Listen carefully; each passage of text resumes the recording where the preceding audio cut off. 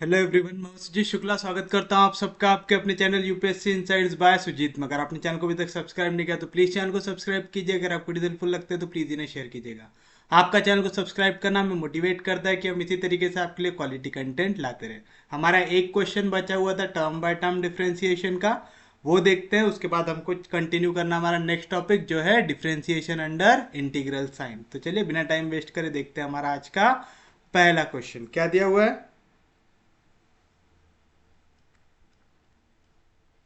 Show that summation 1 upon n to the power p plus n to the power q x square, where p is greater than 1, is uniformly convergent for all values of x and can be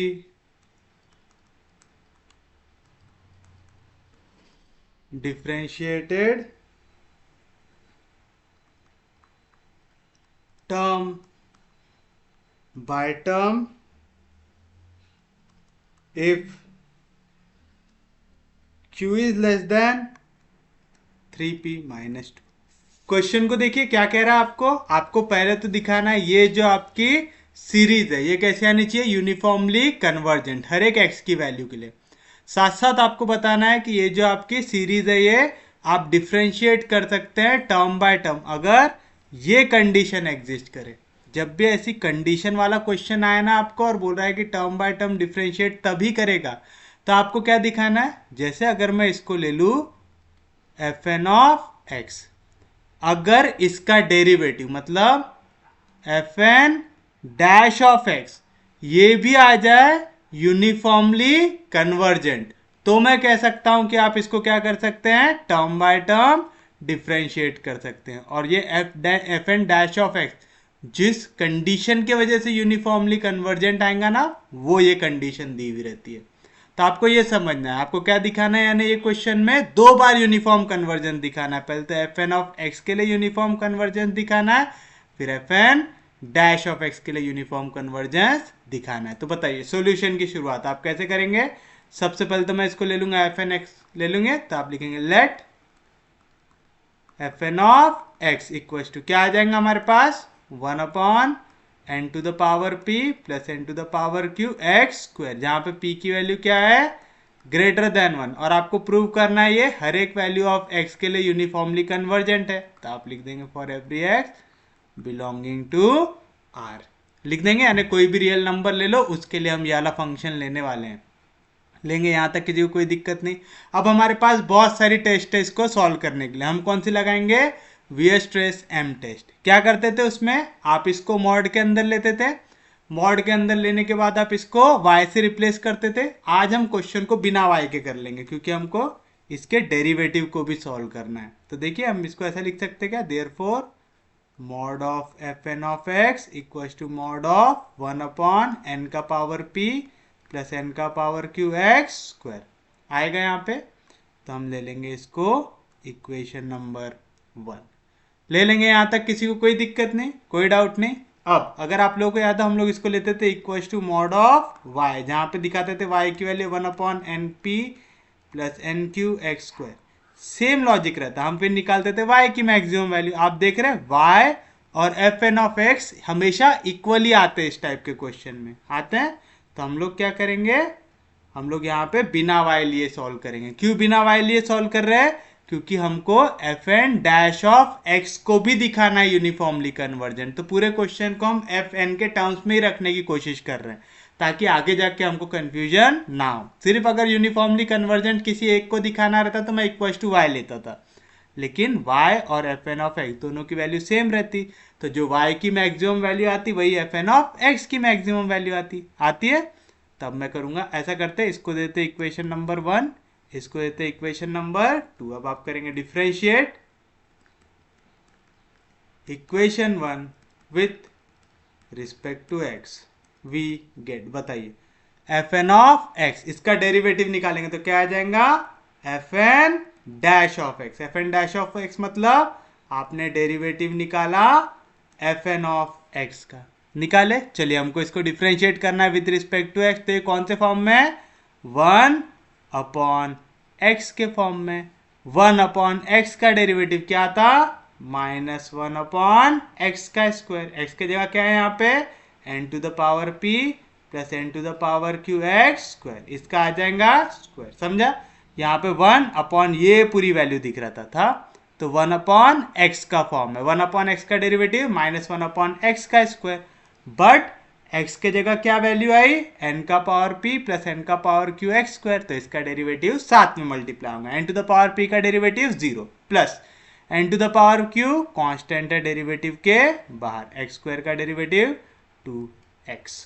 उम्मीद है सबको derivative निकालना तो आता होगा, derivative निकालने में किसी को भी कोई दिक्कत नहीं है। Therefore f n dash of x, जिसका मतलब है derivative of f n of x, क्या है इसकी वैल्यू, न्यूमरेटर में आपके पास minus sign two n q x आ जाएगा, minus two n to the power q x divide by denominator में है n to the power p plus n to the power q x square का whole square. इसको दो equation number 3। और अगर आप लोगों को याद हो हम लोग क्या लिखते थे, फॉर एक्सट्रीम वैल्यूज या फॉर क्रिटिकल वैल्यूज या for maximum and minimum value, क्या होता है आपका, पहले डेरिवेटिव की वैल्यू होती है हमेशा इक्वल्स टू 0। क्या है पहले डेरिवेटिव की वैल्यू आपके पास, माइनस टू एन का power q x upon n का पावर पी प्लस एन का पावर क्यू एक्स स्क्वायर का स्क्वायर इक्वल्स टू 0। पहले तो माइनस साइन से मल्टीप्लाई करो तो कुछ भी चेंज होगा क्या, नहीं होगा। और ये वाली वैल्यू डिनोमिनेटर में इधर जाएगा, 0 से मल्टीप्लाई होंगे तो आंसर क्या आएगा 0। तो मेरे को क्या मिलेगा, 2 एन का पावर क्यू एक्स, इसकी वैल्यू आ जाएंगी 0 आएगी, माइनस साइन और डिवीजन का n p n q x square का स्क्वायर, ये पूरा जाके 0 से मल्टीप्लाई होता है, आंसर क्या आ गया 0। 2 कभी 0 से इक्वल नहीं हो सकता, एन नेचुरल नंबर कभी 0 नहीं हो सकता, तो यहाँ पे क्या 0 हो सकता है, सिर्फ और सिर्फ x 0 हो सकता है, यानी यहाँ पे x की वैल्यू क्या आ गई 0। तो आपके पास सिर्फ एक पॉइंट आ रहा है, x की वैल्यू 0। तब आपको देखना है x इक्वल टू 0 पे मेरे को मैक्सिमम वैल्यू मिलती है कि मिनिमम वैल्यू मिलती है। कैसे चेक करते हैं उसको, आप सेकेंड डेरिवेटिव टेस्ट लगाते हैं, उसके लिए आपको इसका सेकेंड डेरिवेटिव चाहिए, तो आप लिखेंगे differentiate equation 3 with respect to x we get. बताओ f n dash of x का डेरिवेटिव लूंगा तो मैं इसको क्या लिख सकता हूं, डी अपॉन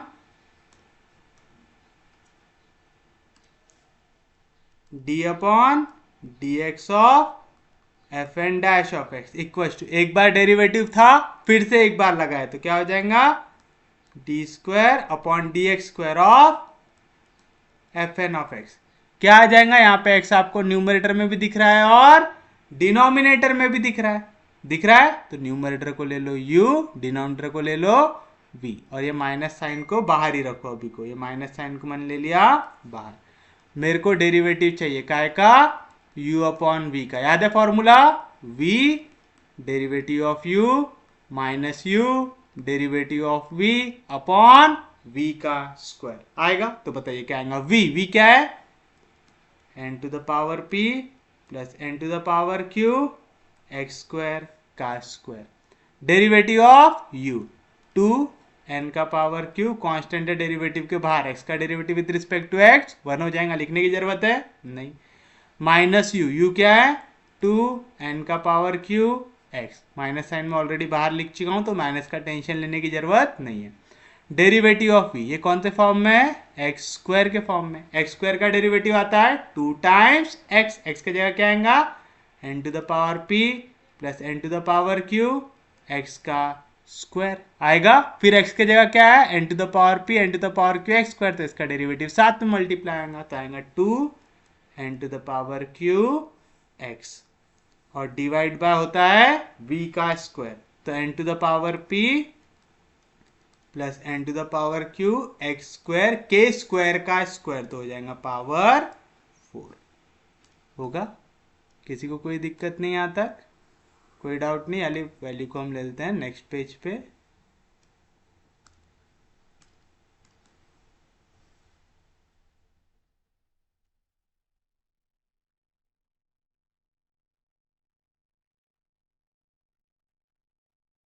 था ऐसा? अब चलिए यहाँ से हम लोग देखते हैं क्या क्या बाहर निकल सकता है। क्या दिख रहा है आपको? सेम यहाँ पे n to the power p plus n to the power q x square, यहाँ पे उसका स्क्वायर दिख रहा है, तो एक वैल्यू तो ये बाहर निकल सकती है। फिर क्या दिख रहा है? 2 n का पावर q, यहाँ पे भी दिख रहा है 2 n का पावर q दिख रहा है। वैसे यार ऐसा करते हैं ना हम लोग, इतना झंझट पालने से अच्छा डायरेक्ट x की वैल्यू डाल देते हैं। डायरेक्ट x की वैल्यू सब्स्टिट्यूट कर देते हैं तो क्वेश्चन में ज़्यादा दिक्कत नहीं होगी। तो therefore d upon d x of f dash of n x, जिसकी वैल्यू होगी d square upon d x square of f n of x, इसका आंसर आया हमारे पास ये। आ गया? हमको सेकेंड डेरिवेटिव की वैल्यू कहां पे चेक करना है? एट एक्स इक्वल टू 0, तो आप लिखेंगे at x equal to 0 second derivative d square upon d x square of f n of x, क्या आ जाएंगी value? Minus n to the power p plus n to the power q into 0 का square, जो हो जाएगा 0। तो लिखने की जरूरत है क्या? नहीं। तो यहाँ पे क्या बचा? N to the power p का square into 2 n to the power q minus, यहाँ पे काय से मल्टीप्लाई हो रहा है? x से। x की वैल्यू क्या है? 0 divide by n to the power p n to the power q into 0, कितना हो जाएगा? 0, लेकिन उसका पावर क्या है यहाँ पे? 4। कोई भी दिक्कत, कोई भी डाउट? तो क्या है आंसर यहाँ पे? N to the power p का स्क्वायर और n to the power p के पावर 4 में से दो वैल्यू कैंसिल, तो बचेगा n to the power p का स्क्वायर। तो क्या बची यहाँ पे वैल्यू? माइनस 2n का पावर q अपॉन n का पावर 2p आया। n क्या है यहाँ पे? Natural number, and natural number can never be negative, तो ये पूरी वैल्यू कैसी है? पॉजिटिव। तो पॉजिटिव नंबर जैसी नेगेटिव से मल्टीप्लाई होगा, आंसर क्या आएगा? नेगेटिव। तो ये वैल्यू होगी लेस देन 0। जब भी आपका सेकेंड डेरिवेटिव लेस देन 0, यानी उस पॉइंट पे कैसी वैल्यू मिल रही है आपको? Maximum value. तो आप लिखेंगे therefore f n of x has maximum value at x equal to 0। तो निकाल लो इसकी मैक्सिमम वैल्यू। तो therefore maximum value of f n of x कैसे निकालेंगे? एफ एन ऑफ एक्स में जहां जहां पे एक्स है उसके जगह आपको वैल्यू डालना है 0। तो क्या आ जाएगा? 1 upon n to the power p plus n to the power q into x का स्क्वायर, 0 का स्क्वायर 0, 0 से मल्टीप्लाई हुआ तो 0। तो क्या आएंगी मैक्सिमम वैल्यू? 1 अपॉन एन का पावर p। आगे कोई भी दिक्कत, कोई भी डाउट? तो चलिए बताइए क्या मिल गया आपको? Therefore mod of f n of x, जिसको हमने क्या लिया था? मॉड ऑफ 1 अपॉन एन का पावर p प्लस एन का पावर q एक्स स्क्वायर। इसकी सबसे बड़ी वैल्यू क्या आ सकती है? 1 अपॉन एन का पावर p। तो आपकी सबसे बड़ी वैल्यू इससे इक्वल रहेंगी और बाकी वैल्यूज इससे छोटी रहेंगी। तो मैं इस वैल्यू को ले लूंगा m n ले लूंगा। अब अगर ये एम एन हो गया, ये कब कन्वर्ज करेगा मेरे को देखना है। तो आप लिखेंगे सिंस समेशन एम एन, जिसकी वैल्यू आएंगे समेशन 1 अपॉन एन का पावर p इज कन्वर्जेंट या कन्वर्जेस कब? When p is greater than 1। और ये कंडीशन देखो आपको यहाँ पे क्या दिया हुआ है? p बड़ा है 1 से, तो यहाँ पे p 1 से बड़ा है और उसके लिए ये क्या हो रहा है? कन्वर्जेंट हो रहा है। कौन सी टेस्ट से? By p test. Therefore by Weierstrass m test मैं क्या कह सकता हूं?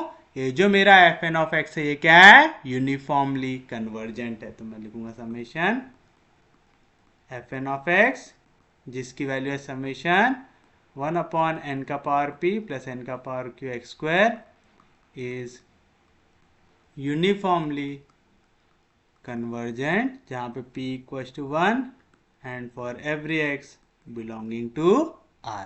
तो मैंने पहला पार्ट कर दिया इसका कंप्लीट। तो पहले पार्ट में उम्मीद है किसी को भी कोई दिक्कत नहीं होंगी। अब हमको दिखाना है कि आप इसको डिफ्रेंशिएट कर सकते हो टर्म बाय टर्म, अगर ये कंडीशन सेटिस्फाई हो जाए। मेरे मास्टर ने क्या बताया कि अगर टर्म बाय टर्म डिफ्रेंशिएशन दिखाना है तो अगर ये एफ एन ऑफ एक्स है, आप दिखा दो f n dash of x भी कैसा है, यूनिफॉर्मली कन्वर्जेंट करके। आप देख रहे हैं हमने यहाँ पे काय की वैल्यू निकाल के रखे हैं f n dash of x की। अब जो मैंने प्रोसीजर किया हूं ना, पूरा सेम प्रोसीजर मैं f n dash of x के लिए भी निकालूंगा। तो आप लिखेंगे नाउ, सेम प्रोसीजर रिपीट करना है हमको। Now f n dash of x. अब दिखा आपको मैंने यहाँ पे y क्यों नहीं लिया, क्योंकि मेरे को यहाँ पे हर एक चीज की वैल्यू एफ एन के टर्म्स में चाहिए। तो मेरा f n dash of x ये है मेरे पास।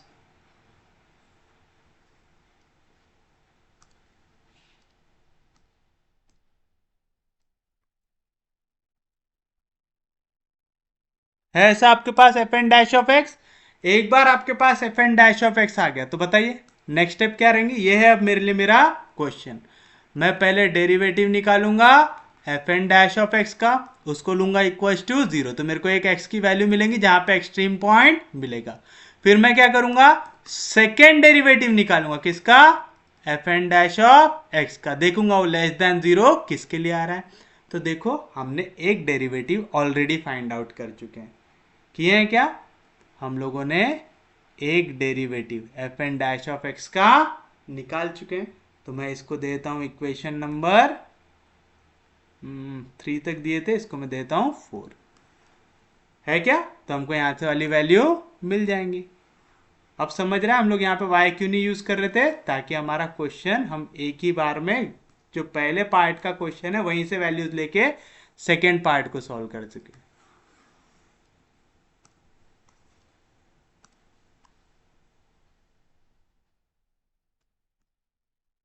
ये लिख देंगे आप फ्रॉम इक्वेशन नंबर 4 कि मैंने पहले डेरिवेटिव की वैल्यू निकाल लिया। फिर आप क्या लिखते हैं, फॉर एक्सट्रीम वैल्यूज पहले डेरिवेटिव की वैल्यू क्या आनी चाहिए, 0। और पहला डेरिवेटिव ये निकला हुआ है हमारे पास, मतलब क्या आ जाएंगे हमारी value, this implies minus n to the power p plus n to the power q x square का स्क्वायर 2n का पावर q माइनस 2n का power q x into 2 n to the power p plus n to the power q x square 2n का power q x divide by n to the power p plus n to the power q x square का power 4। इसकी value आनी चाहिए 0। अब सबसे पहली चीज देखिए, यहाँ पे माइनस साइन है, माइनस साइन उस साइड शिफ्ट किया हमने तो 0 के साथ गायब। यहाँ पे वैल्यू डिवीजन में उधर 0 से मल्टीप्लाई होगा तो 0। तो क्या बचा आपके पास यहाँ पे n to the power p plus n to the power q x square का होल स्क्वायर इंटू 2n का पावर q माइनस 2n का power q x 2 into n to the power p plus n to the power q x square into 2n का power q x equal to 0। आएगा ऐसा, किसी को कोई भी दिक्कत, कोई भी डाउट। अब बताइए यहाँ से हमको काय की वैल्यू चाहिए, x की वैल्यू चाहिए, तो दोनों को एक एक साइड लेके आ जाओ। तो हमको ऐसा मिल सकता है क्या, n का पावर p प्लस n का पावर q x स्क्वायर का स्क्वायर 2n का power q equal to 2n का power q x 2 into n का पावर p प्लस n का power q x square 2n का पावर q इंटू x।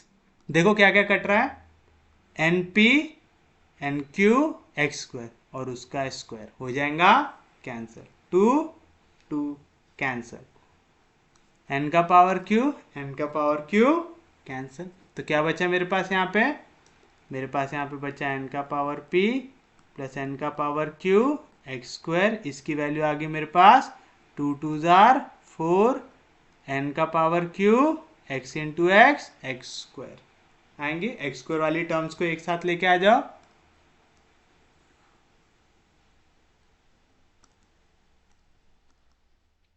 वैसे हमने ना पहले वो रेशियो को ही सॉल्व कर लेना चाहिए था, क्योंकि आगे जाके अगला डेरिवेटिव लगाने के लिए तो आपको रेशियो सॉल्व करना ही पड़ेगा।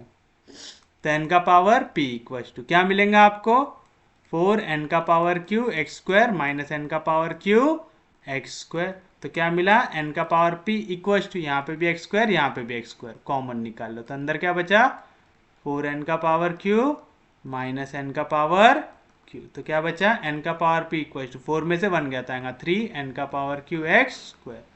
तो मेरे को यहाँ से क्या वैल्यू मिली एक्स स्क्वायर की n to the power p upon 3 n का power q taking square root. तो x की दो वैल्यू आएंगी plus minus square root of n का पावर p अपॉन 3 n का पावर q आएगी। किसी को कोई भी दिक्कत कोई भी डाउट? तो यहाँ पे दो वैल्यूज है प्लस और माइनस, तो दोनों में से किसी के लिए भी आंसर आ सकता है। चलिए अब इसको कर लेते हैं सॉल्व आगे के लिए।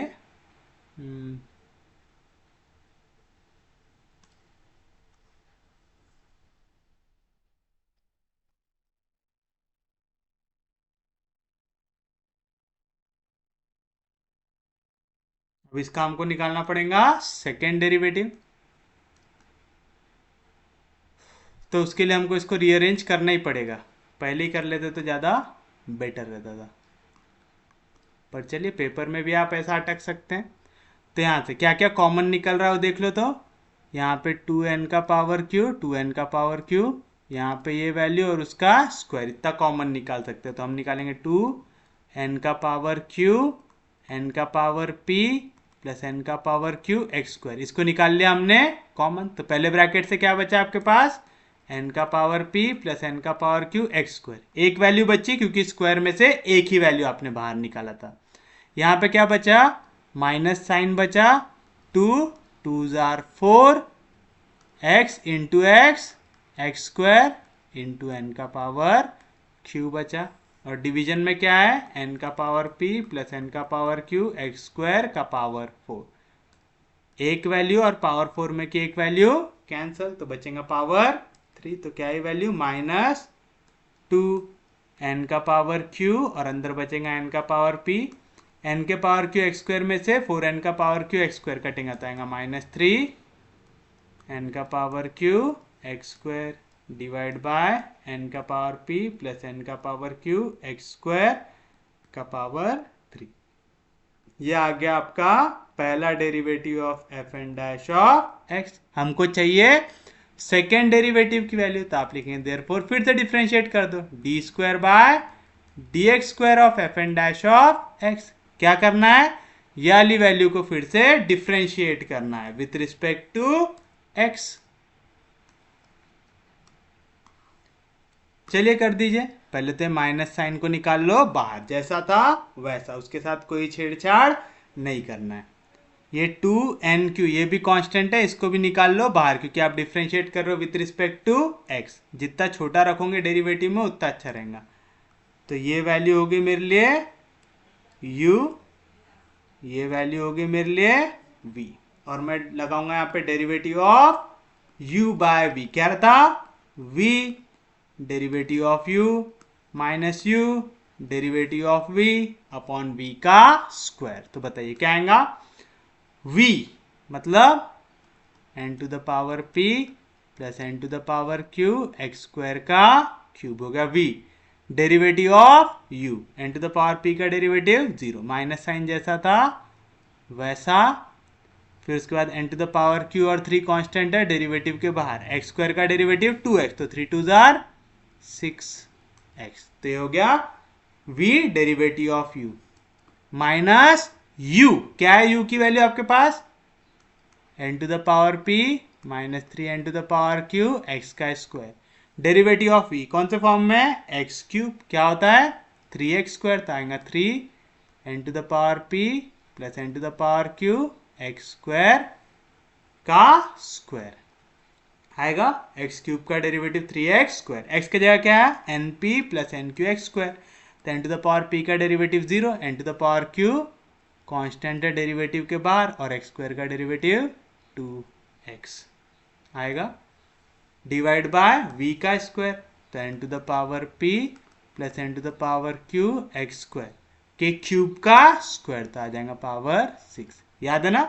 एक्स क्यूब का स्क्वायर बोल रहे हैं, a to the power m to the power n क्या रहता है, a to the power m into n, तो 3 2 क्या आएगा, एक्स का पावर 6 आएगा। कोई भी दिक्कत, कोई भी डाउट, समझा यहां तक? तो देखिए यहां से कुछ कॉमन निकल रहा है क्या, therefore d square f n dash of x upon d x square, इसकी वैल्यू क्या आएंगी, -2n क्यू। अब देखो यहां पे माइनस साइन है, यहां पे भी माइनस साइन है, तो पहले मैं बाहर निकाल देता हूं, -3 2 6, यहाँ पे भी है, यहाँ पे भी है, बाहर निकाल देते हैं, n to the power q x, n to the power q x दोनों जगह पे बाहर निकाल देते हैं। उसके बाद n to the power p plus n to the power q x square का square, n to the power p n to the power q x square का क्यूब, तो स्क्वायर वाली वैल्यू बाहर निकाल देते हैं, n to the power p plus n to the power q x square का square, इतनी वैल्यू को निकाल देते हैं बाहर। अब यहां से क्यूब में से 2 वैल्यू निकल गई, तो क्या बचा यहाँ पे, n to the power p plus n to the power q x square बचा। यहां से माइनस साइन बाहर निकल गया है, तो ये वाली वैल्यू बचेंगी, ये वाली वैल्यू बची है, और यहाँ पे ब्रैकेट की बाकी पूरी चीजें बाहर निकल चुकी है, तो क्या बचेगा यहाँ पे आपके पास बचा है plus n to the power p -3 n to the power q x square बचा है, और डिवीजन में क्या बचा है आपके पास, n to the power p plus n to the power q x square का पावर 6 बचा हुआ। तो यहाँ से 2 पावर और 6 में से 2 पावर हो जाएंगे कैंसिल, तो क्या बची यहाँ पे आपके पास वैल्यू, आपके पास बचा है d square f n dash of x upon d x square की value, minus into minus plus, 6 2 12 n to the power q into n to the power q n to the power 2q into x, अंदर क्या बचा, n to the power p plus n to the power p 2n का power p, n to the power q x square -3 n to the power q x square, तो क्या बचेगा हमारे पास यहाँ पे, -2 n to the power q x square, तो यहाँ से 2 को भी कॉमन ले लेते हैं हम लोग, 12 2 24 कर देते हैं इसको, है ना, एक स्टेप कम हो जाएंगे हमारे लिए, divide by n to the power p plus n to the power q x square का पावर 4 आएगा ऐसा। किसी को कोई भी दिक्कत, कोई भी डाउट? अब आपके पास x की कितनी वैल्यू है, 2 वैल्यू है, रख के देखो किस में मैक्सिमम आता है, किस पे मिनिमम आता है। इसको हमने इक्वेशन नहीं दी है ना, कितनी इक्वेशन दे चुके हम लोग, 4 तक दिए है ना, तो ये हो जाएंगे हमारे लिए 5, ये हो जाएंगे हमारे लिए 6। तो व्हेन x इक्वल्स टू, पहले कौन सी वैल्यू हमारे पास, plus under root of n p upon 3n q, चलिए डालिए यहाँ पे वैल्यू, क्या मिल जाएगा आपको, then d square f n dash of x upon d x square, क्या आएंगे इसकी value, 24 n to the power 2q, x के जगह आ जाएगा under root of n p upon 3n q into n to the power p minus n to the power q x का square, तो square और स्क्वायर रूट कैंसिल आएगा, n to the power p upon 3 n to the power q upon n to the power p plus n to the power q x square का power 4, तो यहाँ पे क्या आएगा, n to the power q n to the power q cancel, x का square यहाँ पे भी वैल्यू सब्स्टिट्यूट करो, x की वैल्यू है n to the power p upon 3 n to the power q, क्योंकि स्क्वायर और स्क्वायर रूट हो जाएगा कैंसिल, तो n to the power q n to the power q cancel. अब आप देखो ये पूरी वैल्यू कैसी है, positive, n to the power p में से n to the power p by 3 कटा, तो कितना आएगा, 3 1 3, तो आएगा 2 n to the power p by 3, तो ये वैल्यू भी कैसी आ रही, पॉजिटिव। यार हमको तो वैल्यू नेगेटिव चाहिए, मैक्सिमम वैल्यू के लिए कैसी वैल्यू चाहिए, नेगेटिव वैल्यू चाहिए, तो आप लिखेंगे ये वाली वैल्यू है ग्रेटर देन 0, तो आप लिखेंगे therefore f n dash of x is minimum at x equals to under root of n to the power p upon 3 n to the power, चलेगा नहीं चलेगा, हमको चाहिए मैक्सिमम वैल्यू। तब आप लिखेंगे when x equals to minus under root of n to the power p upon 3n का power q। अब आपको समझ में आ गया कि वाले पॉइंट पे हमारी कैसी वैल्यू आने वाली है, मैक्सिमम, क्योंकि हमारे पास दो ही पॉइंट आए थे, तो एक में मिनिमम आएंगी, दूसरे में कैसी आएंगी, मैक्सिमम। लेकिन आपको निकाल के दिखाना है यहाँ पे।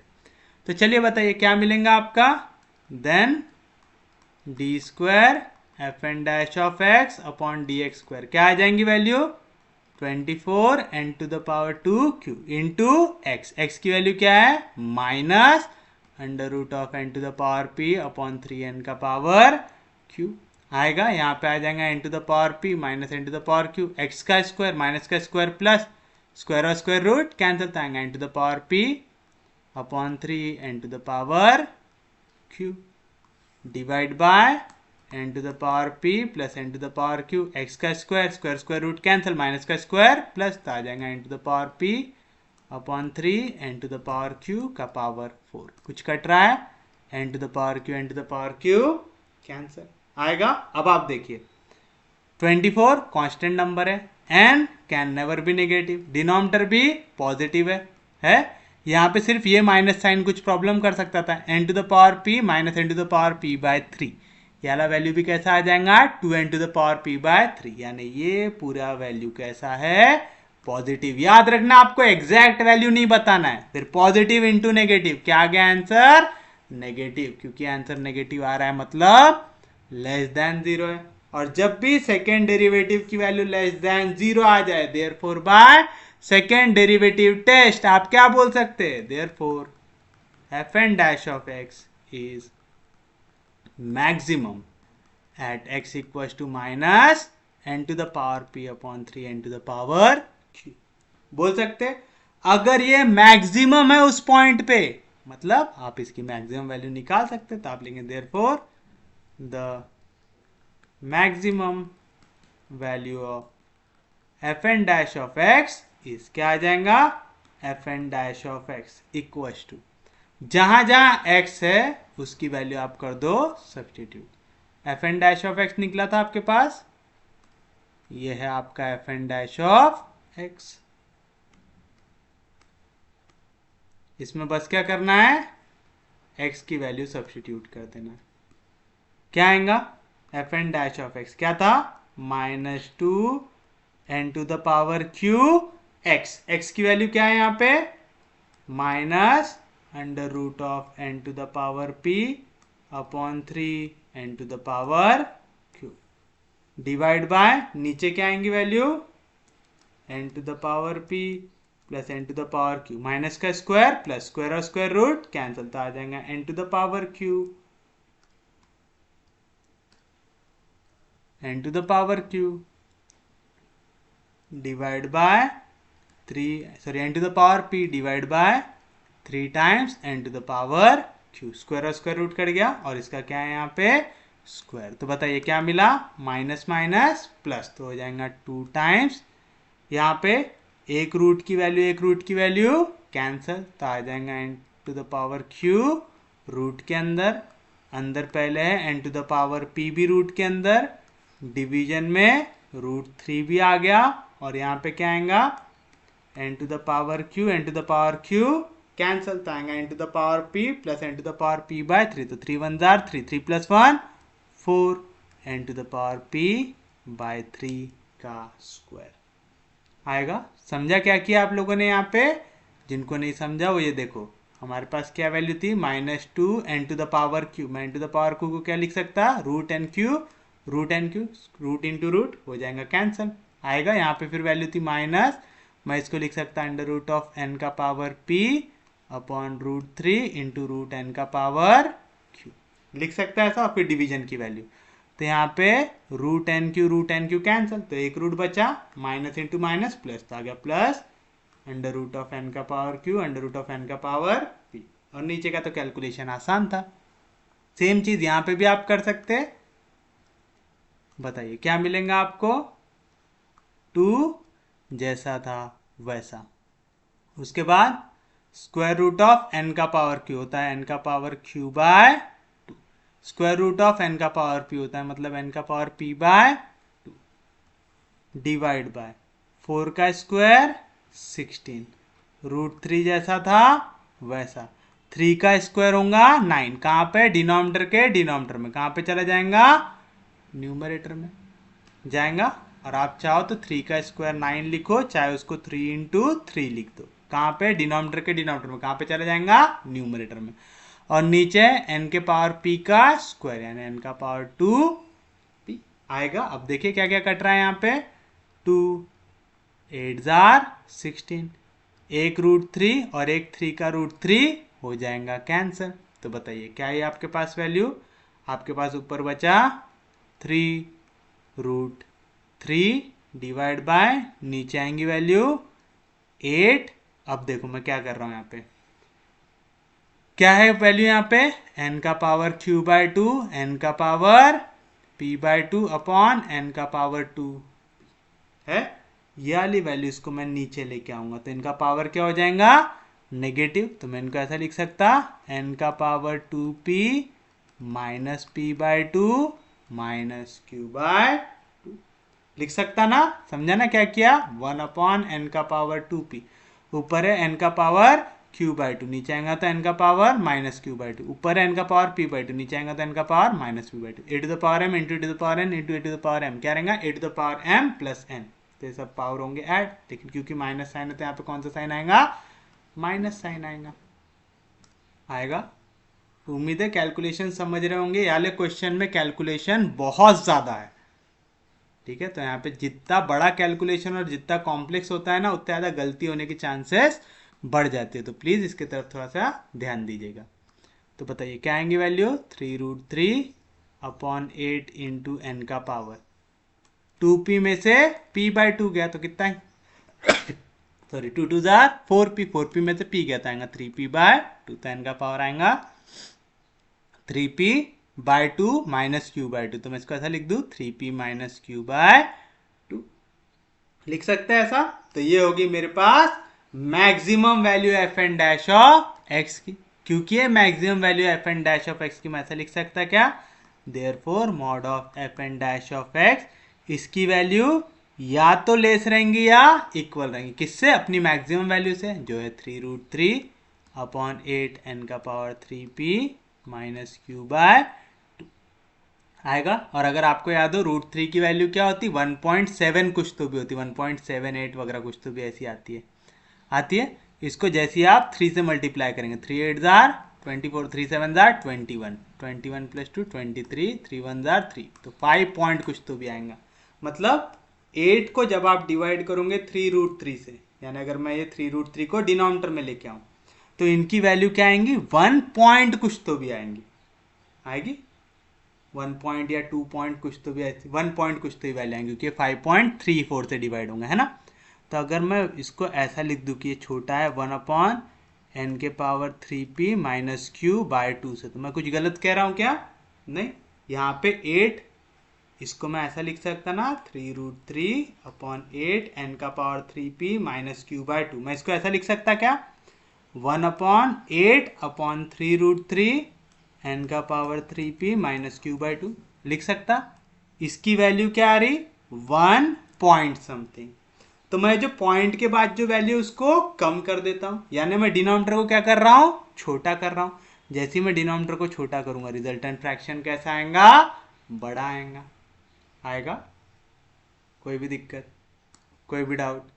और बाय पी टेस्ट हमको पता है ये वैल्यू कन्वर्ज कब करेंगे, इसको ले लो इक्वल्स टू एम एन, तो आप लिखेंगे वी नो दैट, क्या पता है हमें, समेशन एम एन, जिसकी वैल्यू है समेशन 1 अपॉन एन 3 का power p minus q by 2 is convergent, कब, जब ये पावर क्या आता है, ग्रेटर देन 1, तो if 3p minus q by 2 is greater than 1, कौन सी टेस्ट, बाय पी टेस्ट, है ना। जब भी पावर ग्रेटर देन 1 आता है that is 3p minus q, यहाँ पे 2 डिवीजन में इधर जाएगा, मल्टीप्लीकेशन में इज ग्रेटर देन 2। और देखो ऐसी कोई कंडीशन आपको दी हुई होंगी, यहाँ पे क्या कंडीशन दी हुई थी हमको, बहुत बड़ा हो गया question, q is less than 3p minus 2, हमको ऐसा बनाना है उसको।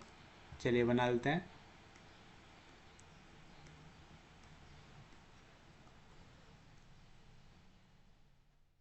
हमको क्या बनाना है यहाँ पे, q is less than 3p minus 2। तो चलिए बनाते हैं। That is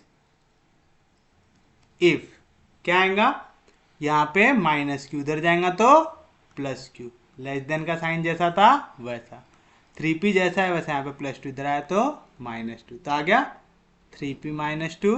3p minus 2 is greater than किससे, q से। आ गया। तो आप लिखेंगे देयरफॉर बाय वीयरस्ट्रेस m टेस्ट, क्या रहती है आपकी वीयरस्ट्रेस m टेस्ट, आप कह सकते हैं कि summation f n dash of x is uniformly convergent, कर सकते हैं for every value of x belonging to R. कब, जब ये कंडीशन सेटिस्फाई होगी, 3p माइनस 2 ये बड़ा आना चाहिए q से, यानी q छोटा आना चाहिए 3p माइनस 2 से। और यही आपको प्रूव करना था। अगर आपका फंक्शन डेरिवेटिव वाला यूनिफॉर्मली कन्वर्जेंट है तो आप कह सकते हैं ये कैसा है, टर्म बाय टर्म डिफरेंशिएबल है, तो हैंस आप फिर क्वेश्चन छाप सकते हैं। अगर आपने डेरिवेटिव को दिखा दिया कि टर्म बाय टर्म डिफरेंशिएबल है तो आप लिखेंगे हैंस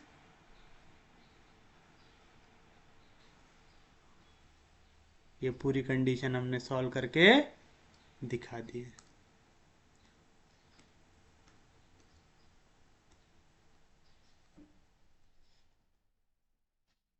हैंस लगे तो आप पहले एक बार ऐसा लिख दो, hence summation f n of x can B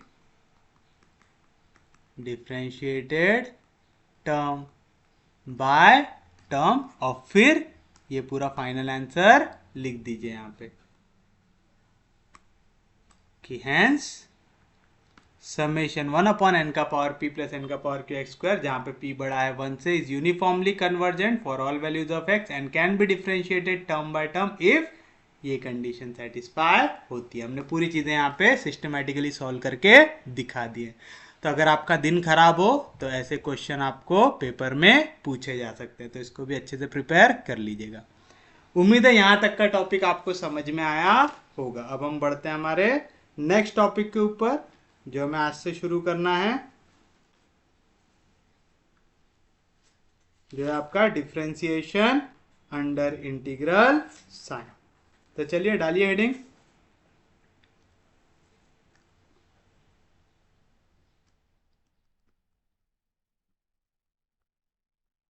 differentiation under the integral sign. अब देखो, differentiation under the integral sign में आपको अलग अलग टाइप के क्वेश्चंस आते हैं। मैं आपको सबसे पहले, हम लोग हर एक टाइप का बेसिक क्वेश्चन पहले देखते हैं। अगर मैं आपको कुछ ऐसा कंडीशन देख रहा हूं कि आपको इंटीग्रेशन निकालना है 0 से लेके π/2 का, पकड़ लो cos ax इंटू dx का, ठीक है, इसका इंटीग्रेशन निकालना है। अच्छा बताओ, cos का इंटीग्रेशन क्या होता है, साइन, तो आप इसको लिख सकते हैं साइन ax, x के जगह क्या है ax, यानी एक कांस्टेंट है तो आपको क्या करना पड़ता है, यहाँ पे a से डिवाइड कर देना पड़ता। डेरिवेटिव रहा तो मल्टीप्लाई होता, इंटीग्रेशन रहा तो डिवाइड रहता। बिटवीन लिमिट 0 से लेके π/2, फिर क्या करेंगे, upper limit minus lower limit, तो क्या मिल जाएगा आपको, 1 अपॉन एक कांस्टेंट है बाहर निकल जाएगा, यहाँ पे आ जाएगा sine a into π/2 minus sine a into 0, तो आ जाएगा 0। साइन की वैल्यू 0 पे कितनी होती है, 0, तो आ जाएगा साइन a π/2। तो आप देख रहे हैं यहाँ पे जो एक आपको कांस्टेंट वैल्यू दिया था, इंटीग्रेशन लगाने के बाद आपको आंसर किसके टर्म्स में मिल रहा है, a के टर्म्स में।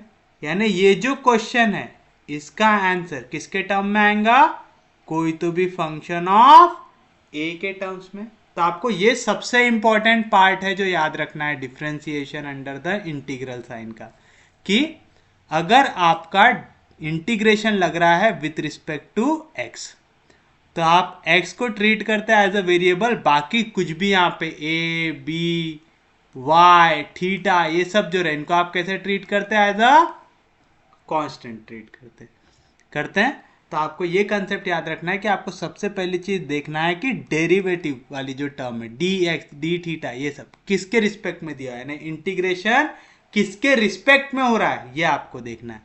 और उसको छोड़ के बाकी जो भी वेरिएबल हो आप उसको लेंगे कि उसके टर्म्स में हमारा आने वाला है आंसर। जैसे यहाँ पे ए एक्स था, इंटीग्रेशन लग रहा था विद रिस्पेक्ट टू एक्स, तो आंसर किसके टर्म्स में आया, ए के टर्म्स में। तो हमें ये पता रहना चाहिए कि हमारा फाइनल आंसर किसके टर्म्स में आने वाला है, और इसके हिसाब से हम फिर लेबनिट्ज रूल लगा के क्वेश्चन को आगे सॉल्व करेंगे। अब कैसे करते हैं, थोड़ा सा थ्योरी लिख लीजिए, फिर मैं डायरेक्ट आपको उसके ऊपर के क्वेश्चंस बताता हूं। हेडिंग डालिए,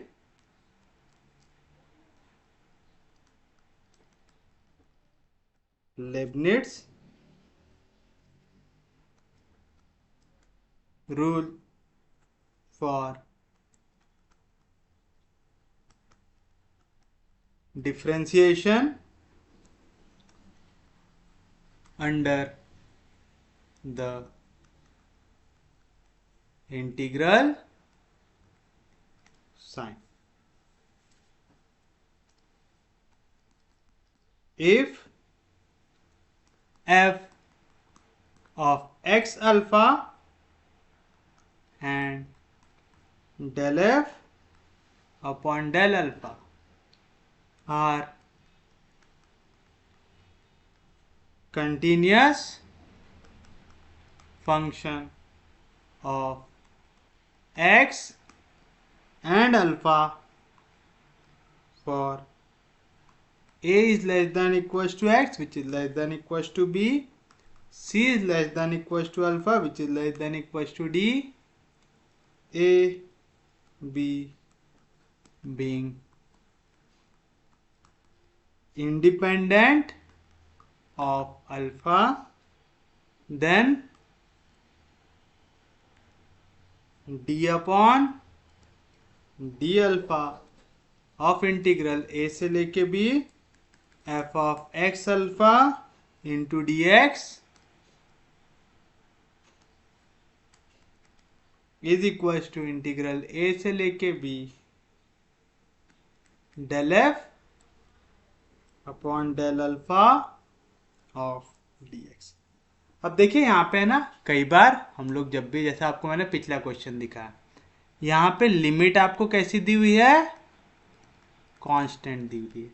यानी यहाँ पे जो अंदर एक और कांस्टेंट करके जो वेरिएबल या पैरामीटर में बोलूँ, ये जो अंदर एक और, जैसे a और x दो अल्फाबेट दिख रहा है आपको यहाँ पे अंदर, x के रिस्पेक्ट में क्या लग रहा है, इंटीग्रेशन लग रहा है। तो x को आपने ट्रीट किया एज अ वेरिएबल और a को क्या लिया एज अ कांस्टेंट।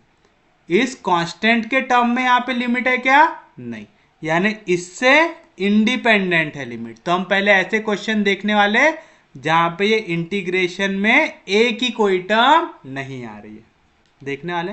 तो क्वेश्चन सॉल्व करने का तरीका बड़ा आसान है। आपको क्या करना है, आपको डिफ्रेंशिएट कर देना है आपके क्वेश्चन को विथ रिस्पेक्ट टू जो भी वेरिएबल कांस्टेंट वाला आ रहा है आपका। ठीक है, क्वेश्चन जब करेंगे तब ज़्यादा अच्छे से समझ में आएगा। बस आप पहले थोड़ा सा और थ्योरी लिख लीजिए ताकि आप जब बाद में रिवाइज करें तो आपको समझ में आए कि आपने यहाँ पे क्या किया हुआ है। तो हम पहले देखने वाले हैं इवैल्यूएशन ऑफ इंटीग्रल। आप याद रखिए क्वेश्चन बहुत आसान है, आपको अभी तक ये चीज़ समझ में आ गई होंगी, जब क्वेश्चन शुरू होते हैं थ्योरी लिखते हैं तब चीज़ें हार्ड लगती है, धीरे धीरे जब आप क्वेश्चन देखते हैं तो चीज़ें आसान होने लगती है। तो अभी से टेंशन लेने का क्या नहीं। तो इंटीग्रल a से लेके b f of x alpha into d x where a and b are independent of parameter alpha. तब इसका वर्किंग रूल क्या रहेगा? आपकी स्टेप 1 रहेंगी, आप क्वेश्चन को पैरामीटर के टर्म्स में डिफाइन कर देंगे। तो आप लिखेंगे लेट, अब देखो यहाँ पे इंटीग्रेशन लगाते हो, दो दिख रहा है, एक एक्स दिख रहा है और एक अल्फा दिख रहा है। मैं इंटीग्रेशन किसके टर्म्स में कर रहा हूं?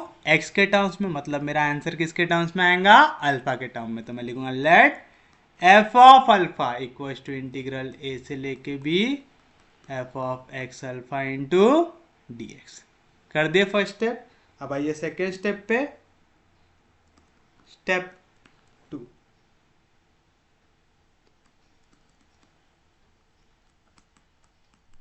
Differentiate both sides of equation 1 with respect to alpha and using Leibniz rule for differentiation under the integral sign. We have df upon d alpha equal to integral a से लेके b del f x alpha divide by del alpha into d x. Equation number 2। Step 3, evaluate the integral on RHS of 2 as usual. Step 4, solve the resulting differential equation obtained in step 3. The solution so obtained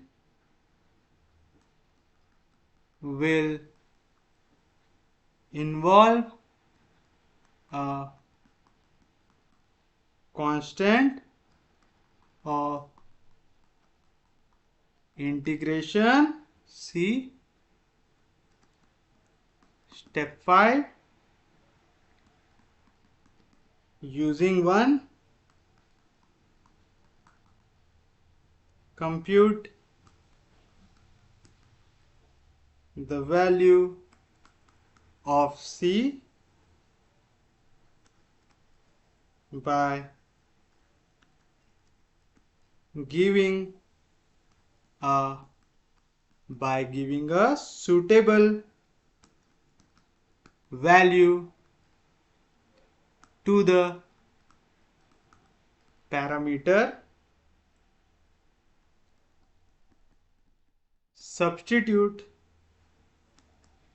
this value of c in the result of step 4 and thus get the value of integral. अब देखिए मैं आपको जो समझाना चाहता हूं, यहां पे हम क्या कर रहे हैं। सबसे पहली चीज, हमको अगर क्वेश्चन दिया हुआ है इस फॉर्म में, इंटीग्रल ए से लेके b f of x alpha into d x, जहां पे अल्फा एक पैरामीटर है, एक्स को हम ले रहे हैं एज अ वेरिएबल। क्यों? क्योंकि यहाँ पे इंटीग्रेशन लग रहा है विथ रिस्पेक्ट टू एक्स, तो दूसरे को हम क्या बोलेंगे? पैरामीटर। ए और बी कोई तो भी कांस्टेंट नंबर है, यानी उनका अल्फा से कोई रिलेशन नहीं है, है? अब आपको क्या देखना है? इंटीग्रेशन लग रहा है विथ रिस्पेक्ट टू एक्स, तो आंसर किसके टर्म्स में आएगा? अल्फा के टर्म्स में। तो आप इसको लिख देंगे लेट फंक्शन ऑफ अल्फा, ये आ जाए इंटीग्रल ए से लेके b f of x alpha into d x. समझा? यानी आंसर हमेशा जो भी पैरामीटर होता है उसके टर्म्स में आता है। याद रखिएगा, हम लोग लेबनिट्ज रूल लगाने वाले हैं। यहां पे मैंने क्या बोला हूं कि हमारा अल्फा और ये लिमिट के बीच में कोई रिलेशन नहीं है, क्योंकि अगर रिलेशन रहे तो लेबनिट्ज रूल चेंज होता है। नेक्स्ट स्टेप क्या रहेंगी? आप डिफ्रेंशिएट करेंगे इसको, तो आप करेंगे डिफ्रेंशिएट विथ रिस्पेक्ट टू, किसके रिस्पेक्ट में? पैरामीटर के रिस्पेक्ट में, अल्फा। कर दिए तो मेरे को मिलेगा d upon d alpha of f alpha equal to d upon d alpha of integral a से लेके b f of x alpha into d x मिलेगा। अब मैं लगाऊंगा यहां पे लेबनिट्ज रूल, तो आप लिखेंगे using Leibniz rule for differentiation under the integral sign. अब याद रखिएगा, लेबनिट्ज रूल में अगर यहां पे कांस्टेंट वैल्यू है जो अल्फा से रिलेटेड नहीं है, तो आपको कुछ नहीं करना है, ये डेरिवेटिव को इंटीग्रेशन के अंदर लेके जाओ। बाहर है तो डेरिवेटिव, इंटीग्रेशन के अंदर जाएगा तो पार्शियल डेरिवेटिव बन जाएगा। तो आप इसको लिखेंगे d upon d alpha of f alpha equal to integral a से लेके b del upon del alpha of f of x alpha into d x. Partial आ गया, मतलब अब आप डिफ्रेंशिएट करेंगे with respect to alpha, x को treat करेंगे एज अ कांस्टेंट करेंगे, और फिर जो आंसर आएगा वो निकालेंगे। अभी से मत सोचो कि यहाँ पे अगर लिमिट चेंज हो गई, ये अल्फा के फंक्शन बन गए, तब लेबनिट्ज रूल कैसे लगेगा, उसके क्वेश्चन हम अगले लेक्चर्स में देखने वाले हैं। अभी जिस चीज को पढ़ रहे हैं उस पर फोकस कीजिए। समझ में आया? तो अगर लिमिट्स कांस्टेंट है, क्या करना है? बाहर डेरिवेटिव, अंदर गया तो पार्शियल डेरिवेटिव हो जाएगा, और कुछ भी चेंज नहीं होगा। और हम ये दोनों स्टेप एक साथ लगाते हैं एग्जाम में, डायरेक्ट लिख देते हैं differentiate both sides with respect to alpha and using Leibniz rule for differentiation under the integral sign। फिर हम ये ऐसा d बाहर नहीं दिखाते, हम अंदर डायरेक्टली डेल दिखाते हैं, तो आपको कंफ्यूज नहीं होना है। समझा यहाँ तक? अब देखिए इसके क्वेश्चंस कैसे सॉल्व किए जाते हैं। जैसे अगर आपको क्वेश्चन दिया हुआ है,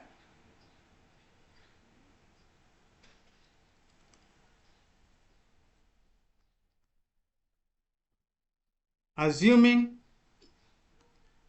the validity of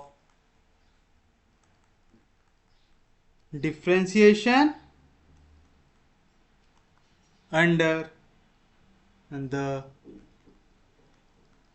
integral sign, show that, पहला क्वेश्चन, इंटीग्रल 0 से लेके pi by 2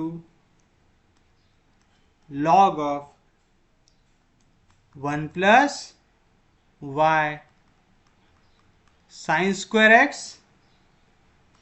upon sine square x d x. इसका आंसर आना चाहिए pi times under root of 1 plus y minus 1 where y is greater than minus 1। आपको दिया यहाँ पे y की वैल्यू -1 से बड़ी है। अब आप एक चीज देखिए, सबसे पहले आपको क्या देखना पड़ता? इंटीग्रेशन किसके रिस्पेक्ट में लग रहा है? इंटीग्रेशन लग रहा है विथ रिस्पेक्ट टू x, तो x हो गया मेरे लिए वेरिएबल, हो गया। x को छोड़ के और कौन सा अल्फाबेट दिख रहा है यहाँ पे? y, तो मैं y को ट्रीट करूंगा एज अ पैरामीटर। ट्रीट करेंगे तो आपको यहाँ पे x और y दो चीजें दिख रही थी। एक्स के रिस्पेक्ट में इंटीग्रेशन निकल रहा है, तो फाइनल आंसर किसके टर्म्स में आएगा, वाई पैरामीटर के टर्म्स में। तो आप शुरुआत करेंगे सॉल्यूशन की, लेट फंक्शन ऑफ वाई की वैल्यू आ जाए इंटीग्रल 0 से लेके π/2 log of 1 plus y sine square x upon sine square x into dx। तो पहली स्टेप आप सबके दिमाग में आ गई।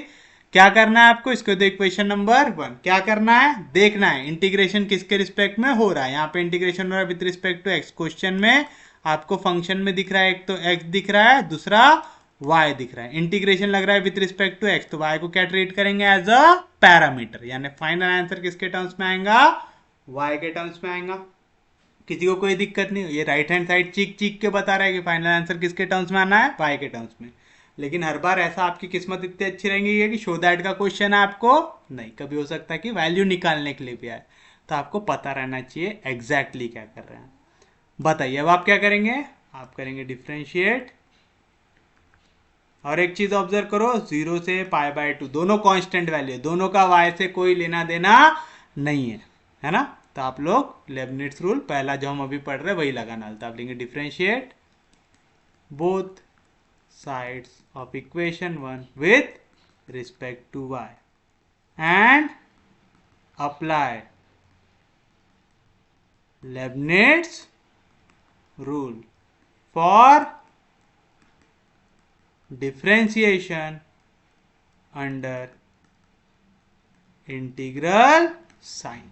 अब देखो मैं पहले आपको लिख के बता रहा हूं, हम लोग पेपर में इसको ऐसा लिखेंगे क्या, नहीं, पेपर में आप सिर्फ वही लिखोगे जो मैं रेड पेन से लिखूंगा। आप लिखेंगे d upon dy of f of y, ये हो गया लेफ्ट हैंड साइड डेरिवेटिव। यहाँ पे आ जाएगा d अपॉन dy इंटीग्रल 0 से लेके π/2 log of 1 plus y sine square x upon sine square x into dx। यह स्टेप आपको पेपर में नहीं लिखना है, क्यों, क्योंकि मैंने यहाँ पे मेंशन करके रखा हूँ कि मैं डिफ्रेंशिएट कर रहा हूँ और साथ साथ क्या लगा दे रहा हूँ, लेबनिट्स रूल लगा दे रहा हूँ। तो आप डायरेक्ट ये रेड पेन, उसके बाद ये इक्वल टू भी रेड पेन, और फिर उसके बाद आना है, बाहर है तो डेरिवेटिव, इंटीग्रेशन के अंदर जाएगा तो पार्शियल डेरिवेटिव। क्यों, लिमिट्स कांस्टेंट है, हमको यहाँ पे लिमिट से कोई खतरा नहीं है। तो 0 से लेके π/2 डी का हो जाएगा डेल, तो आ जाएगा del upon del y of log of 1 plus y sine square x upon sine square x into dx। उम्मीद है सबको समझा होगा। तो आपको जो मैंने ग्रीन पेन से लिखा हूं वो पेपर में लिखना नहीं है, डायरेक्ट ये ऐसा लिखना है। आ गया, तो चलिए बताइए क्या आएंगे आपके पास वैल्यू। तो देयरफॉर dfy अपॉन dy क्या आ जाएगा इसका आंसर, 0 से लेके π/2। अब हमको इसको डिफ्रेंशिएट करना है partially with respect to y। Partially with respect to y का मतलब आपको x को ट्रीट करना पड़ेगा एज अ कांस्टेंट, करना पड़ेगा। तो चलिए बताइए क्या होगा, मतलब डिवीजन का साइन स्क्वायर एक्स कांस्टेंट है, डेरिवेटिव के बाहर आ जाएगा।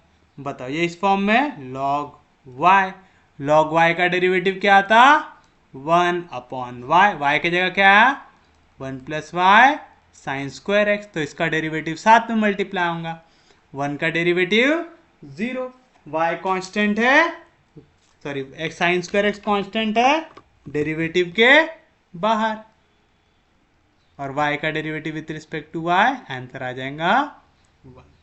समझा, यहाँ पे आप डिफ्रेंशिएट कर रहे हैं इसको partially with respect to y, तो जहां पे भी x है वो गया कांस्टेंट, तो 1 upon sine square x constant है, आ गया बाहर, log y का डेरिवेटिव 1 अपॉन y। अब ये पूरी वैल्यू आई y के बजाय, तो आपको डेल अपॉन डेल y निकालना पड़ेगा, किसका 1 plus y sine square x का, 1 का डेरिवेटिव 0 लिखने की जरूरत है नहीं, साइन स्क्वायर एक्स कांस्टेंट है, डेरिवेटिव के बाहर y का derivative with respect to y आ जाएगा 1।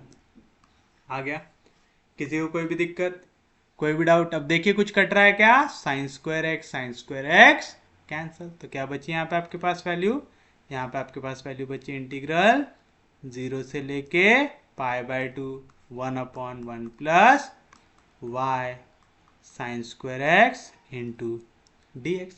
अब इस टाइप के क्वेश्चन आपने आपके इंटीग्रेशन में बहुत ज्यादा सॉल्व किए होंगे। हम लोग ये क्वेश्चन को कैसे सॉल्व करते हैं, आपको डिवाइड करना पड़ता है numerator and denominator by cos square x. क्या करते हैं, divide numerator and denominator by cos square x we get. बताइए क्या मिलेगा, इंटीग्रल 0 से लेके पाई बाय 2, ऊपर आएगा 1 कॉस स्क्वायर एक्स। 1 कॉस क्या होता है, सेक, तो उसका स्क्वायर होता आ जाएगा sec square x divide by 1 भी डिवाइड होगा कॉस स्क्वायर एक्स से, 1 cos square x sec square x plus y जैसा था वैसा। यहाँ पे साइन स्क्वायर एक्स डिवाइड होगा कॉस स्क्वायर एक्स से, तो आ जाएगा tan square x into d x. आ गया, काय की वैल्यू हो गई है d f y upon d y की हो गई। कोई दिक्कत नहीं, जिनको नहीं समझा देखो हमने क्या किया, 0 से लेके पाई बाय 2 हमने न्यूमरेटर और डिनोमिनेटर दोनों को डिवाइड कर दिया कॉस स्क्वायर से, तो आएगा 1 cos square x divide by नीचे का भी 1 डिवाइड हो जाएगा कॉस स्क्वायर एक्स से, plus y sine square x भी डिवाइड हो जाएगा कॉस स्क्वायर एक्स से, 1 cos square x sec square x, 1 cos square x sec square x, tan square x plus cos square x tan square x आ जाएगा। अब जब भी इस टाइप का क्वेश्चन हो ना, हम न्यूमरेटर में सिर्फ सेक्स स्क्वायर रखने की कोशिश करते हैं, डिनोमिनेटर में सिर्फ tan रखने की कोशिश करते हैं। तो वो कैसे कर सकते हैं, हमें पता है सेक्स स्क्वायर थीटा होता है 1 प्लस tan स्क्वायर थीटा, तो सेक्स स्क्वायर एक्स के जगह मैं क्या लिख सकता हूं 1 प्लस tan स्क्वायर एक्स। तो क्या मिल जाएगा मेरे को, इंटीग्रल 0 से लेके pi by 2 sex square x, numerator में नहीं छेड़ना सिर्फ डिनोमिनेटर में, डिनोमिनेटर के सेक्स स्क्वायर थीटा को आप क्या लिख सकते हैं 1 plus tan square x plus y times tan square x into d x. याद है ना वाली मेथड, बहुत बार आपने इससे क्वेश्चन सॉल्व किए होंगे। Therefore d f y upon d y 12th के सबसे इंपॉर्टेंट क्वेश्चंस में से ये रहता था, अगर सब 12th पास कर चुके होंगे अभी तक। तो 0 से लेके पाई बाय 2 क्या बचेगा sex square x divide by 1 plus, यहाँ पे भी tan स्क्वायर एक्स है, यहाँ पे भी tan स्क्वायर एक्स है, कॉमन निकाल लो तो अंदर क्या बचेगा 1 plus y into tan square x into d x. अब बताइए नेक्स्ट स्टेप क्या रहती थी, आप tan एक्स को सब्स्टिट्यूट करते थे t, तो आप लिखेंगे put tan x equals to t, तो इसको डिफरेंशिएट करूंगा, tan एक्स का derivative sec square x, x का डेरिवेटिव dx, ये वैल्यू आ जाएंगे डी टी की। लिमिट क्या दी हुई है यहाँ पे, व्हेन x दिया हुआ है, x की छोटी लिमिट क्या है 0, तो when x equals to 0 then t की वैल्यू क्या आ जाएंगी tan x यानी tan 0, tan 0 कितना होता है 0, when x equals to, x की अपर लिमिट क्या दी हुई है पाई बाय 2, तो when x equals to pi by 2 then t की वैल्यू क्या आ जाएंगी tan pi by 2, tan 90 infinity होता है। किसी को कोई भी दिक्कत कोई भी डाउट तो बताइए, आपका क्वेश्चन क्या बन जाएगा, therefore d f y upon d y, इसका आंसर क्या आ जाएगा, अभी था 0 से लेके पाई बाय 2, तो जब x की वैल्यू 0 है t क्या है 0, जब x की वैल्यू पाई बाय 2 है तो t क्या है इंफिनिटी आ जाएगा। Sec square x d x, sec square x d x का की वैल्यू है डी टी की upon 1 plus y into tan square x, tan x का आपने क्या लिया है t, तो tan स्क्वायर एक्स क्या हो जाएगा t का स्क्वायर। अब देखो यहाँ पे इंटीग्रेशन किसके रिस्पेक्ट में लग रहा है t के रिस्पेक्ट में, यानी 1 प्लस वाई ये क्या है कांस्टेंट है, तो निकाल लो बाहर, तो मैं यहाँ से 1 प्लस वाई को ले लेता हूँ बाहर, तो आ जाएगा इंटीग्रेशन 0 से लेके इंफिनिटी। यहाँ पे देखो 1 प्लस वाई कॉमन लूंगा तो बचेगा t का स्क्वायर, यहाँ पे 1 प्लस वाई से मल्टीप्लाई और डिवाइड करूंगा तो आएगा 1 प्लस वाई। समझा क्या किया, यहाँ पे हमारे पास वैल्यू है ये वाली, मेरे को यहाँ से याद है ना जो भी स्क्वायर वाली टर्म रही, क्योंकि हमको फॉर्मूला काय का पता रहता है x square plus a square y square plus b square, तो जो स्क्वायर वाली टर्म रही उसको खाली करना पड़ता है। यहाँ पे टी के रिस्पेक्ट में इंटीग्रेशन हो रहा है तो टी वाले वेरिएबल को हमेशा खाली रखने की कोशिश कीजिएगा। उसके साथ कौन था 1 प्लस वाई, तो मेरे को उसको वहां से बाहर निकालना था, तो मैंने इसको क्या किया 1 को 1 प्लस वाई से मल्टीप्लाई और डिवाइड किया। मैं 1 को लिख सकता ना 1 plus y upon 1 plus y plus 1 plus y into t square. अब देखो यहाँ पे भी 1 प्लस वाई, यहाँ पे भी 1 प्लस वाई, 1 प्लस वाई को मैंने ले लिया कॉमन, तो डिनोमिनेटर में क्या बचा टी स्क्वायर, और यहाँ का 1 प्लस वाई निकल गया तो आएगा 1 अपॉन 1 प्लस वाई आएगा। तो क्या है वैल्यू। अब देखो यार यहाँ पे इंटीग्रेशन आपको अच्छे से आना चाहिए, नहीं तो बहुत तकलीफ हो जाएंगे आपको। इंटीग्रेशन 0 से लेके इन्फिनिटी 1 अपॉन, मैं इसको क्या लिख सकता टी स्क्वायर प्लस मैं इसको लिख सकता हूँ 1 upon under root of 1 plus y का होल स्क्वायर। 1 का स्क्वायर 1 और 1 प्लस वाई का स्क्वायर है under root of 1 plus y का। क्यों लिख रहा है ऐसा, क्योंकि मुझे इसका फॉर्मूला पता है। यहाँ पे डी टी भी है। क्या है फॉर्मूला, हमने पढ़े integration of 1 upon x square plus a square into d x. इसका इंटीग्रेशन क्या आता 1 upon a tan inverse of x upon a आता है। अब अगर यहाँ पे लिमिट आपको नहीं दी हुई है तो आपको ऐड करना पड़ता है कांस्टेंट, बट यहाँ पे आपको लिमिट दी हुई है तो आपको कांस्टेंट ऐड करने की जरूरत है क्या, नहीं। याद रखना डेफिनाइट इंटीग्रल में कभी भी कांस्टेंट ऐड नहीं होता था। 1 अपॉन 1 प्लस वाई जैसा था वैसा, ये इस फॉर्म में x square plus a square, जहाँ पे एक्स के जगह है टी, ए के जगह है 1 अपॉन रूट 1 प्लस वाई। तो बताइए क्या आएगा इसका आंसर 1 अपॉन ए की वैल्यू क्या दिख रही 1 upon under root of 1 plus y, tan inverse of x की जगह क्या है टी, अपॉन ए की जगह क्या है 1 upon under root of 1 plus y, between limit 0 से लेके इन्फिनिटी आएगा। अब देखिए यहाँ पे value under root of 1 plus y, ये 1 प्लस वाई, तो एक वैल्यू कैंसल, तो क्या बचेगा 1 upon under root of 1 plus y, क्योंकि मैं 1 प्लस वाई को क्या लिख सकता हूँ under root of 1 plus y into under root of 1 plus y. तो जब ये डिवाइड होगा 1 प्लस वाई से तो एक रूट कैंसिल हो जाएगा। होगा कोई भी दिक्कत, कोई भी डाउट, इनटू अंदर क्या बचेगा tan इनवर्स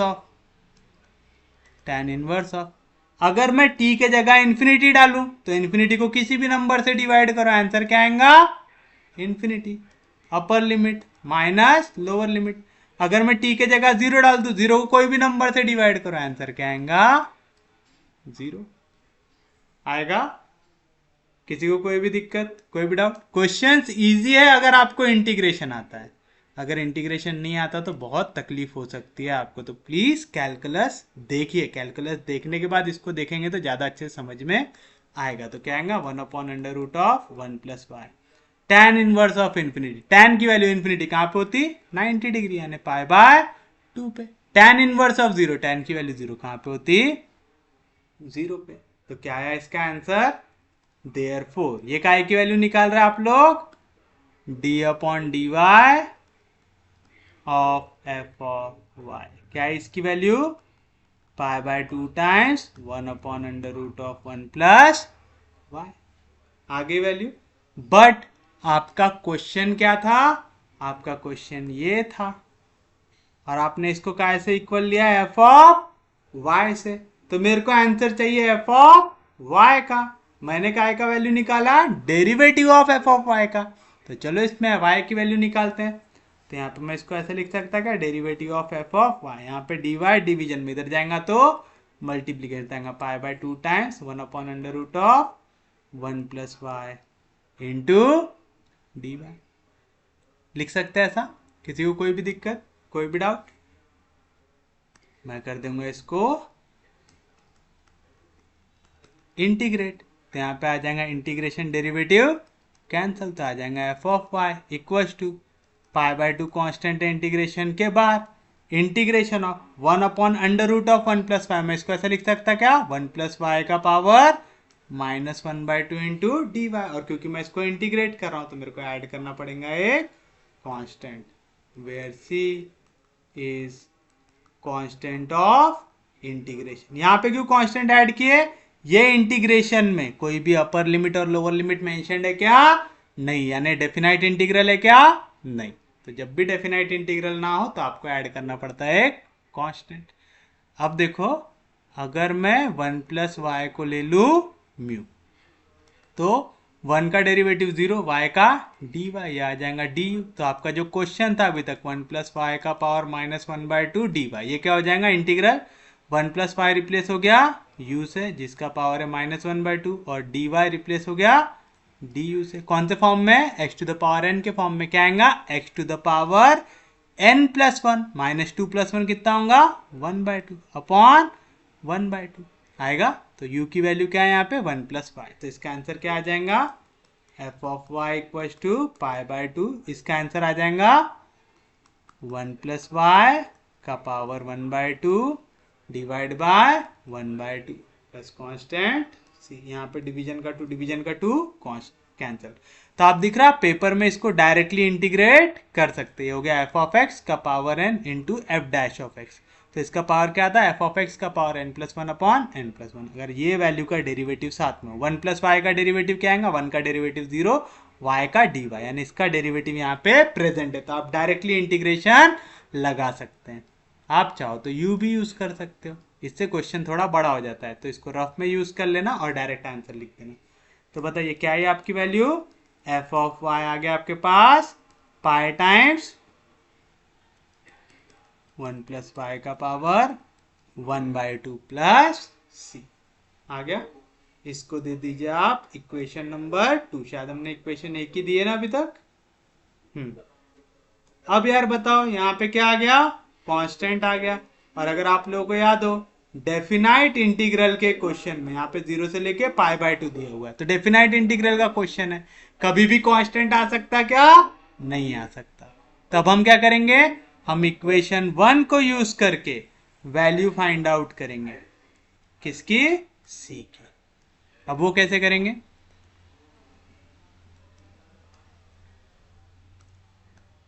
ये आपको फिर से लिखने की जरूरत नहीं है, मेरे को बार बार पीछे ना आना पड़े करके मैं लिख रहा हूं। तो चलिए अब मेरे को यहां से c की वैल्यू चाहिए। तो मैं क्या करूंगा? मैं देखूंगा y की कोई ऐसी वैल्यू है क्या जिसपे मेरे को ये फंक्शन की वैल्यू मिल जाए। तो देखो अगर मैं when y के जगह सब्स्टिट्यूट कर दूं 0, तो फ्रॉम इक्वेशन 1 मेरे को क्या मिल जाएगा? f ऑफ y यानी f of 0 equal to integral 0 से लेके π/2 log of 1 plus y into sine x है। y की वैल्यू ले लिया मैंने 0, तो 0 इंटू साइन क्या हो जाएगा? 0। 1 प्लस 0 क्या आ जाएगा? log 1 divide by sine square x into d x. और log 1 कितना होता है? 0। और 0 का आप कुछ भी इंटीग्रेशन आंसर क्या आता है? 0। तो फ्रॉम इक्वेशन 1 अगर मैं y के जगह 0 डालता हूं तो मेरे को ये पूरे इंटीग्रेशन की वैल्यू भी क्या मिल जाती है? 0। तो when y equal to 0 from equation 1 f of 0 की वैल्यू भी क्या आ जाएंगी? 0 हो जाएंगे होंगे। तो आप लिखेंगे put y equal to 0 in equation 2। क्या मिलेगा आपको? v get. जहां जहां पे y उसकी जगह 0 रखो तो आएगा f ऑफ y की जगह आ गया 0 equal to pi into 1 plus 0 का स्क्वायर रूट कितना आ जाएगा? 1 प्लस सी। एफ ऑफ 0 क्या है value? 0 equal to pi plus c. यहाँ पे प्लस पाई उधर गया तो माइनस पाई, तो सी की वैल्यू क्या आ गई? Minus pi. तो आप लिख सकते देयरफॉर इक्वेशन 2 बिकम्स, क्या बन जाएंगे आपके लिए इक्वेशन नंबर 2? क्या थी इक्वेशन 2? F of Y. तो आ जाएगा f of Y equal to pi into 1 plus y का पावर 1/2 प्लस सी। सी की वैल्यू क्या है? Minus pi. तो आप यहां से पाई को निकाल सकते हैं कॉमन। तो एफ ऑफ वाई की वैल्यू क्या आ जाएगा? पाई निकल जाएगा बाहर तो आएगा square root of 1 plus y minus 1। और आप बताइए एफ ऑफ वाई क्या है? F of y, f of y ये इंटीग्रेशन की वैल्यू है। तो आप बोल सकते हैं